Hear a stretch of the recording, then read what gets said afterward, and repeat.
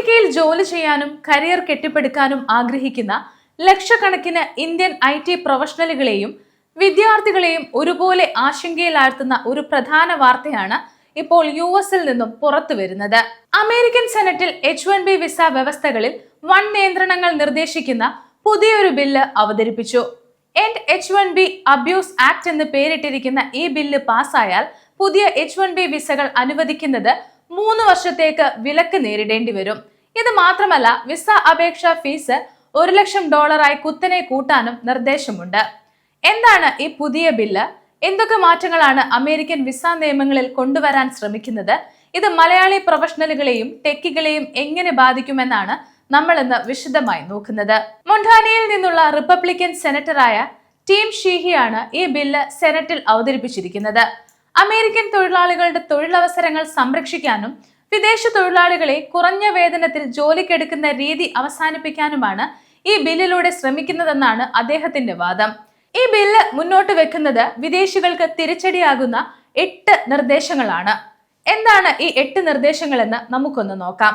ഒന്നാമത്തേത്, പുതിയ വിസകൾക്ക് 3 വർഷത്തെ വിലക്കാണ്.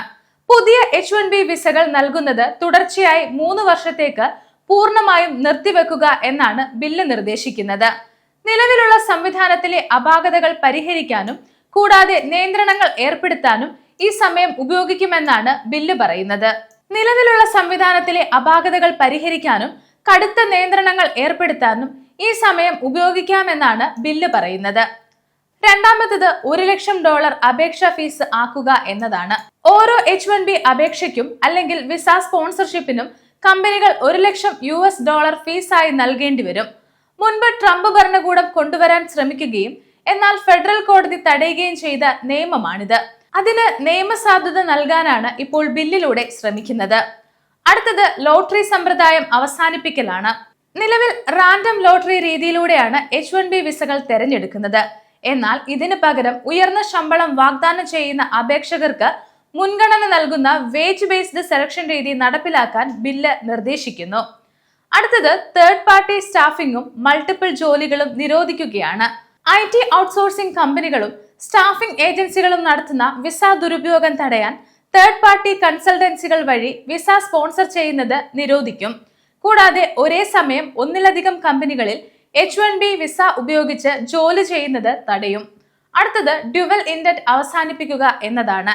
H-1B വിസയിൽ അമേരിക്കയിലെത്തി പിന്നീട് ഗ്രീൻ കാർഡിലേക്ക് മാറാനുള്ള അവകാശത്തെ ഡ്യുവൽ ഇന്റന്റ് എന്ന് പറയുന്നത്. ഇത് റദ്ദാക്കാൻ ബില്ല് ആവശ്യപ്പെടുന്നു. ഇത് നടപ്പിലായാൽ H-1B ജീവനക്കാർക്ക് ഗ്രീൻ കാർഡിലേക്ക് മാറുന്നത് വളരെ പ്രയാസമാകും. അടുത്തത്, ആശ്രിതർക്ക് വിലക്ക് ഏർപ്പെടുത്തുകയാണ്. H-1B വിസ ഉടമകൾക്ക് തങ്ങളുടെ പങ്കാളിയെയും മക്കളെയും H-4 വിസയിൽ അമേരിക്കയിലേക്ക് കൂടെ കൊണ്ടുവരാനുള്ള അനുമതി ഇല്ലാതാക്കാൻ ബില്ല് നിർദ്ദേശിക്കുന്നു. ഇത് കുടുംബമായി അമേരിക്കയിൽ താമസിക്കാൻ ആഗ്രഹിക്കുന്നവർക്ക് വലിയ തിരിച്ചടിയാണ്. അടുത്തത്, OPT സമ്പ്രദായം അവസാനിപ്പിക്കലാണ്.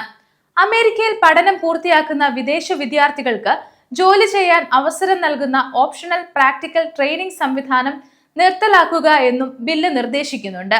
വിദ്യാർത്ഥികൾക്ക് പഠനശേഷം തൊഴിൽ വിസയിലേക്ക് മാറാനുള്ള പ്രധാന വഴിയായിരുന്നു ഇത് അവസാനിപ്പിക്കാനാണ് ബില്ല് നിർദ്ദേശിക്കുന്നത്. അടുത്തത്, ഫെഡറൽ ഏജൻസികളിൽ നിരോധനം കൊണ്ടുവരാൻ ബില്ല് നിർദ്ദേശിക്കുന്നു. അമേരിക്കൻ സർക്കാരിന്റെ ഫെഡറൽ ഏജൻസികളിൽ നോൺ ഇമിഗ്രന്റ് വിസ ഉടമകളെ ജോലിക്കെടുക്കുന്നതും സ്പോൺസർ ചെയ്യുന്നതും പൂർണ്ണമായും വിലക്കാനും ബില്ല് നിർദ്ദേശിക്കുന്നുണ്ട്. ഈ ബില്ല് ഇന്ത്യക്കാരെ എങ്ങനെ ബാധിക്കുമെന്ന് നോക്കാം. H-1B വിസ സ്വന്തമാക്കുന്നവരിൽ 70% ഇന്ത്യൻ IT പ്രൊഫഷണലുകളാണ്. അതിനാൽ ഈ ബില്ല് നിയമമായാൽ ഏറ്റവും വലിയ തിരിച്ചടി നേരിടുക ഇന്ത്യക്കാർക്കായിരിക്കും. അമേരിക്കയിലേക്ക് ഉന്നത പഠനത്തിനും ജോലിക്കുമായി പോകാൻ ആഗ്രഹിക്കുന്ന ഇന്ത്യൻ വിദ്യാർത്ഥികളുടെ പ്രതീക്ഷകൾ മങ്ങും. ഇന്ത്യൻ IT ഔട്ട്സോഴ്സിംഗ് കമ്പനികൾക്ക് അമേരിക്കയിലേക്ക് ജീവനക്കാരെ അയക്കുന്നത് സാമ്പത്തികമായി ഭാരമായി മാറും. അതോടൊപ്പം കുടുംബസമേതം അമേരിക്കയിൽ താമസിക്കാൻ ആഗ്രഹിക്കുന്ന പ്രൊഫഷണലുകളുടെ പ്ലാനുകൾ മാറിമറിയും. ഈ ബില്ല് വന്നതിൽ പരിഭ്രാന്തരാകണോ? നമുക്ക് നോക്കാം. ഇവിടെയാണ് നാം കാര്യങ്ങൾ കൃത്യമായി മനസ്സിലാക്കേണ്ടത്. ഇത് നിലവിൽ ഒരു ജനപ്രതിനിധി സെനറ്റിൽ അവതരിപ്പിച്ച ഒരു ബില്ല് മാത്രമാണ്, നിയമമായിട്ടില്ല. അമേരിക്കൻ നിയമനിർമ്മാണ രീതി അനുസരിച്ച് ഒരു ബില്ല് നിയമമാകണമെങ്കിൽ സെനറ്റ് ജുഡീഷ്യറി കമ്മിറ്റി ഇത് പാസ്സാക്കണം. സെനറ്റിൽ ഭൂരിപക്ഷത്തോടെ വേണം ഇത് പാസ്സാകാൻ. ഇത് കൂടാതെ ഹൗസ് ഓഫ് റെപ്രസെന്റേറ്റീവ്സിലും ഈ ബില്ല് പാസ്സാകണം. ഏറ്റവും ഒടുവിൽ അമേരിക്കൻ പ്രസിഡന്റ് ഒപ്പുവെക്കണം. ഇവിടെ നിങ്ങൾ മറ്റൊരു കാര്യം കൂടെ ശ്രദ്ധിക്കുക. ഇതുപോലെ നിരവധി ബില്ലുകൾ യുഎസിൽ അവതരിപ്പിച്ചിട്ടുണ്ട്. അതിൽ ഭൂരിഭാഗം ബില്ലുകളും കമ്മിറ്റിയിൽ വെച്ച് തന്നെ തള്ളപ്പെടുകയാണ് പതിവ്. പല ബില്ലുകളും പറയുന്നത് ഒരുപോലെയുള്ള കാര്യങ്ങളുമാണ്. അതുപോലെ ഈ ബില്ലിൽ പറഞ്ഞിട്ടുള്ള പല കാര്യങ്ങളും, പ്രത്യേകിച്ച് ലോട്ടറി സംവിധാനത്തിൽ മാറ്റം വരുത്തുന്നത്, OPT സംവിധാനം നിർത്തലാക്കുന്നത് ഉൾപ്പെടെയുള്ള പല കാര്യങ്ങളും ഇപ്പോൾ യുഎസിൽ ചർച്ചയാകുന്നതാണ്. നിലവിൽ H1B വിസയിലുള്ളവരോ അല്ലെങ്കിൽ ഇനി അപേക്ഷിക്കാൻ തയ്യാറെടുക്കുന്നവരോ പരിഭ്രാന്തരാകേണ്ട യാതൊരു സാഹചര്യവും ഇപ്പോൾ ഇല്ല. നിയമനിർമ്മാണ പ്രക്രിയയിൽ വലിയ മാറ്റങ്ങൾ വരുത്താനോ അല്ലെങ്കിൽ ഈ ബില്ല് താനെ തള്ളിപ്പോകാനോ ആണ് വലിയ സാധ്യത. നിലവിൽ H1B സംവിധാനത്തെക്കുറിച്ചുള്ള നിങ്ങളുടെ അഭിപ്രായങ്ങൾ താഴെ കമന്റ് ചെയ്യുക. കൂടുതൽ ഇമിഗ്രേഷൻ വാർത്തകൾ അറിയാൻ ഗ്ലോബൽ സമയം സബ്സ്ക്രൈബ് ചെയ്യുക.